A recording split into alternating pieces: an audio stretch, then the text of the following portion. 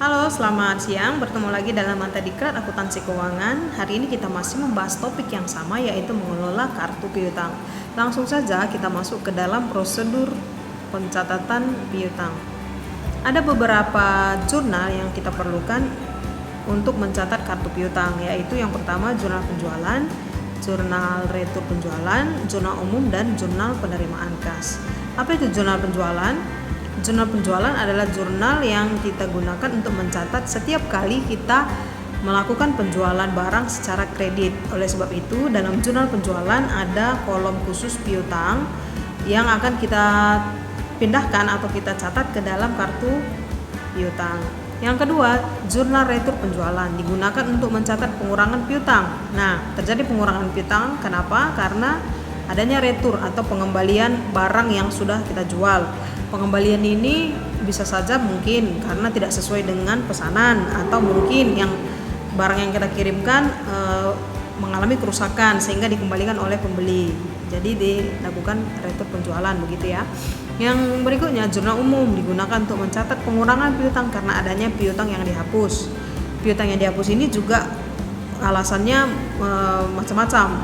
Mungkin pelanggan kita mengalami pailit atau bangkrut sehingga tidak memungkinkan bagi kita untuk menagih piutang, atau misalnya pelanggan kita pindah lokasi dan tidak melakukan pemberitahuan sehingga kita tidak punya alamat untuk melakukan penagihan sehingga piutangnya harus kita hapuskan, begitu ya.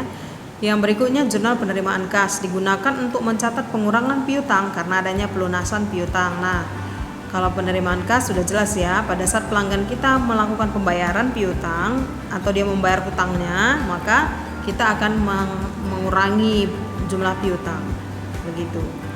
Yang selanjutnya, ini adalah contoh kartu piutang 2 kolom. Di sisi sebelah kiri itu ada kolom untuk nomor rekening, nama pelanggan, kemudian alamatnya. Di sisi sebelah kanan itu ada kolom untuk kita mencatat lembar keberapa kartu ini, kemudian syaratnya. Biasanya syarat itu bisa 2/10, 3/10, N/60 atau N/30, begitu ya kalau untuk syarat. Kemudian batas kredit. Nah, biasanya setiap pelanggan ini ada batas kreditnya, tergantung dari kredibilitas pelanggan kita ini. Jadi satu pelanggan dengan pelanggan yang lainnya biasanya batas kreditnya berbeda-beda, tergantung berapa lama dia sudah menjadi pelanggan kita, kemudian bagaimana selama ini pembayaran hutang piutangnya terhadap kita. Semakin lancar maka biasanya batas kreditnya semakin tinggi gitu. Kemudian ada kolom tanggal, keterangan, mutasi, dan saldo. Ini kita gunakan untuk mencatat pada saat terjadi transaksi. Jadi kalau misalnya terjadi mutasi piutang, maka kita akan catat di sini, kita catat tanggalnya, kemudian keterangannya, kemudian mutasinya berapa, dan saldo akhirnya. Yang berikutnya, pencatatan penghapusan piutang ada 2 metode, yaitu metode langsung atau direct write-off method, dan metode tidak langsung, indirect write-off method atau metode cadangan atau allowance method. Apa itu metode langsung? Metode langsung yaitu setiap piutang dagang yang telah diputuskan untuk dihapuskan langsung dibebankan di sebelah debit pada akun beban penghapusan piutang atau kerugian piutang tak tertagih, bad debt expenses. Sebagai rekening lawan di sebelah kredit langsung dikreditkan pada akun piutang dagang. Jadi pada saat pelanggan kita anggap sudah tidak mampu lagi membayar, kita hendak menghapuskan piutangnya, maka langsung kita catat beban kerugian piutang di debit, berapa piutang yang mau dihapus, kemudian di kreditnya langsung piutang dagang. Karena piutang dagang itu adalah bagian harta yang kalau berkurang harus dicatat di kredit. Ini metode langsung. Di sini terlihat jelas ya. Dalam metode langsung ini, piutang dagangnya langsung dikreditkan. Dikredit artinya langsung dihapuskan. Itu yang dimaksud dengan metode langsung. Di sini ada satu contoh. Ini contoh untuk transaksi yang kedua, metode tidak langsung. Ada toko manis. Toko manis ini transaksinya yang pertama, saldo piutangnya di awal sudah ada 1 juta. Kemudian penjualan kredit barang kita 10 juta. Kemudian dilunasi sebanyak 2 kali. Jadi dia punya hutang 1 juta ditambah 10 juta, 11 juta ya. Dia sudah melunasi sebanyak 2 kali nih di sini. Yang pertama 5 juta, yang kedua 3 juta. Kemudian karena sesuatu hal perusahaan menganggap si toko manis ini tidak mampu membayar, maka dia punya sisa hutang 3 juta dihapuskan. Nah, di sini ada ditulis penghapusan sisa piutang 3 juta. Oke, ternyata beberapa saat kemudian setelah piutang ini dihapus, perusahaan mengakui kembali bahwa dia mampu membayar. Nah, di sini ada transaksinya. Bagaimana seandainya ternyata dia mampu bayar gitu ya. Ini adalah salah satu contoh aja. Bagaimana cara mencatatnya kalau kejadian seperti ini? Nah, yang pertama, pada saat dia dianggap tidak mampu kita anggap tidak mampu melakukan pembayaran, maka karena ini adalah metode cadangan, dia akan mencatat atau perusahaan kita akan mencatat beban kerugian piutang pada cadangan kerugian piutang di sini. Ini cadangan. Kalau yang tadi di metode langsung, yang dicatat adalah langsung piutang. Ininya bukan cadangan kalau metode langsung, piutang dagang langsung. Karena ini adalah metode cadangan, maka dia mencatatnya cadangan kerugian piutang.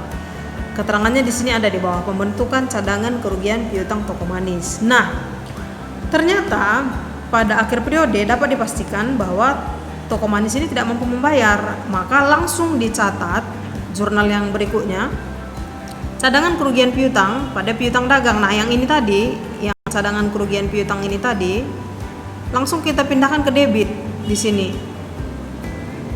Di debit. Kemudian piutang dagangnya baru dihapuskan. Di sini dia sudah dihapus. Ingat ya, piutang dagang di kredit artinya dia sudah habis atau berkurang, berarti dia dihapuskan. Jadi, jurnal pertama kita catat dulu bebannya, beban kerugian piutangnya 3 juta. Kita cadangkan cadangannya sejumlah beban itu, berarti beban kerugian piutang 3 juta, cadangan kerugian piutang 3 juta. Pada saat kita pastikan bahwa toko manis tidak mampu membayar, maka kita hapus piutangnya. Caranya bagaimana? Dengan memindahkan cadangan yang di kredit tadi ke debit ini. Ini tadi kan di kredit, kemudian kita pindahkan ke debit. Kemudian di sisi kreditnya kita catat piutang dagang. Jelas ya? Nah, ini dia contoh kartu piutangnya. Di sisi sebelah kiri diisi nomor rekening. Nomor rekeningnya 57, nama tokonya Toko Manis, alamatnya di Jalan Kemayoran. Di sisi sebelah kanannya itu lembar dan syarat dan batas kredit. Jadi kebetulan Toko Manis ini dia punya batas kredit 10 juta. Di kolom tanggal kita catat tanggal terjadinya transaksi. Di keterangan itu kita isi transaksinya apa, atau bukti transaksinya apa gitu ya. Tanggal 1 saldo, di saldo jumlahnya 1 juta. Kemudian di tanggal 2 dia tadi kan transaksinya kan melakukan penjualan 10 juta. Nah, di sini dicatat di keterangan faktur. Faktur ini artinya penjualan kredit ya kan. Nah, kita catat piutangnya bertambah. Piutang bertambah di debit, maka kita isi di kolom debit 10 juta di sini. Maka saldo kita sekarang 1 juta di awal ditambah 10 juta. 1 juta tambah 10 juta, 11 juta. Kemudian di tanggal 10 dia melakukan pembayaran. Kalau dia membayar hutangnya berarti piutang kita berkurang. Ingat, piutang berkurang di kredit. Maka dia bayar 5 juta, kita kreditkan piutangnya tadi. Jadi 11 juta dikurangi 5 juta. Sisa 6 juta. Ini ya, yang di atasnya ya, 6 juta. Kemudian tanggal 15 dia bayar lagi 3 juta. Maka keterangannya di sini kan bukti kas masuk ya. Ini ya, bukti kas masuk. Bukti KM itu bukti kas masuk. Dia bayar sebanyak 3 juta. Maka 6 juta, tadi saldo terakhirnya 6 juta dikurang 3 juta, sisa 3 juta lagi piutangnya. Kemudian di tanggal 21 seperti tadi di soal, kita menganggap bahwa dia tidak mampu membayar, maka perusahaan melakukan penghapusan. Nah, makanya di sini di kreditnya 3 juta. Supaya apa? Supaya saldonya jadi 0. Artinya sudah lunas, sudah selesai pembayaran. Dianggap selesai ya, walaupun dihapuskan gitu. Maka di sini di keterangannya kan tertera bukti memorial nomor 11 gitu. Ternyata di tanggal 27 perusahaan toko manis ini menyatakan bahwa dia mampu bayar. Karena dia merasa mampu bayar, maka kita kembalikan lagi piutang yang tadi. Tadi piutang sudah 0, kita munculkan lagi yang 3 juta tadi. Otomatis kita pindahkan dia ke kolom debit.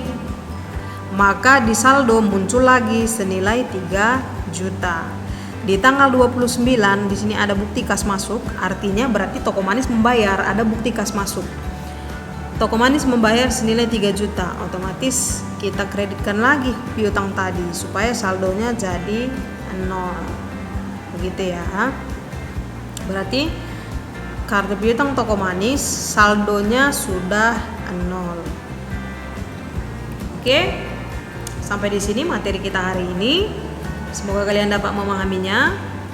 Silakan catat informasi penting dari video ini ke dalam buku catatan kalian. Sampai ketemu di materi selanjutnya. Selamat siang. Tetap semangat, jaga kesehatan. Bye bye.